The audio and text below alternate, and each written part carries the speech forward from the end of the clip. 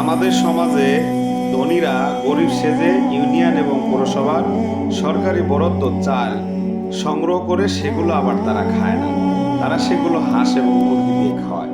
এবং এই যে বড়লোকরা গরিব সেজে চালটা এনে হাঁস মুরগি খাওয়াচ্ছে, পাশাপাশি একটা গরিব মানুষ ভাত খাবে, চালের অভাবে ভাত রান্না করতে পারছে না। আমি এটা বলছি না যে গরিবরা পাচ্ছে না, গরিবরা পাচ্ছে, কিন্তু বড় একটা সংখ্যা বাংলাদেশের ইউনিয়ন এবং পৌরসভার মধ্যে এক শ্রেণীর ধনীরা গরিব সেজে চালগুলো সংগ্রহ করে তারা না খেয়ে হাঁস মুরগি খাওয়াচ্ছে। এটা বড় ধরনের একটা দ্বিচারিতা এবং রাষ্ট্রীয় সম্পদ অপচয়।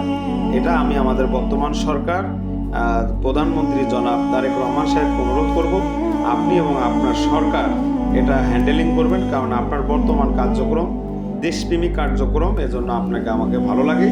আমরা আপনার পাশে থেকে সহযোগিতা করতে চাই প্রকৃত জনগণের অধিকার ফিরিয়ে দেওয়ার জন্য বা গরিবের অধিকার ফিরিয়ে দেওয়ার জন্য আপনি ইউনিয়ন এবং পৌরসভায় কঠিনভাবে তদারকি করবেন বলে আমি আমার আশা ব্যক্ত করছি। আসসালামু আলাইকুম ওয়া রাহমাতুল্লাহ।